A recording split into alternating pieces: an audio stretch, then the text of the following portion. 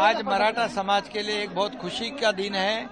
पिछले कई सालों से उनकी मांग थी कि मराठा समाज को आरक्षण मिले और आज ये सरकार ने निर्णय लिया है मराठा समाज को 10% आरक्षण देने का।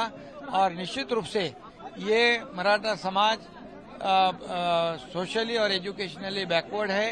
ये जो बैकवर्ड कमीशन जो है स्टेट बैकवर्ड कमीशन, इन्होंने सिद्ध किया है। ये बहुत ही एक्सटेंसिव और डिटेल में डेटा एम्पिरिकल डेटा कलेक्ट हुआ है और 2.5 करोड़ से ज्यादा लोगों के पास से ये डेटा कलेक्ट किया है। और निश्चित रूप से ये रिजर्वेशन जो है ये कोर्ट में भी ये टिकेगा, क्योंकि सुप्रीम कोर्ट ने जो ऑब्जर्वेशन दिए थे, जो खामियां निकाली थी, उसे ध्यान में रखकर ये डिटेल सर्वे किया है। इसलिए निश्चित रूप से कोर्ट भी ये सहानुभूति पूर्वक विचार करेगा, क्योंकि मराठा समाज के कई लोग आत्महत्या कर रहे हैं, कई लोगों ने आत्महत्या की हुई है और इसलिए एक बहुत ही एक्स्ट्राऑर्डिनरी सर्कमस्टेंस, एक्सेप्शनल सर्कमस्टेंस ऐसी परिस्थिति निर्माण हुई थी। ऐसे समय में सरकार ने ये उचित निर्णय लिया हुआ है।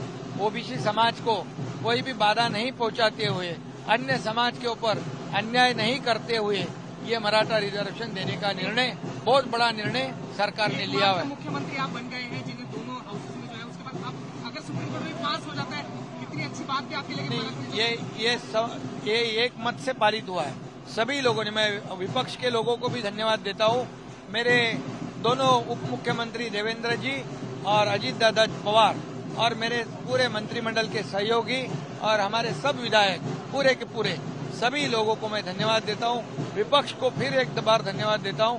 सभी लोगों ने मिलकर ये जो कानून है पारित किया है और निश्चित रूप से ये कोर्ट में भी ये पूरी तरह बरकरार रहेगा। मनोज जरंगे जी को भी मैं ये कह रहा हूँ, मनोज जरंगे पाटिल, जैसे हमने ये आरक्षण जैसे शब्द दिया था तब पूरा किया है, वैसे ही जो नोटिफिकेशन के ऊपर जो कई ऑब्जेक्शंस आए हैं उसकी स्क्रूटिनी होगी।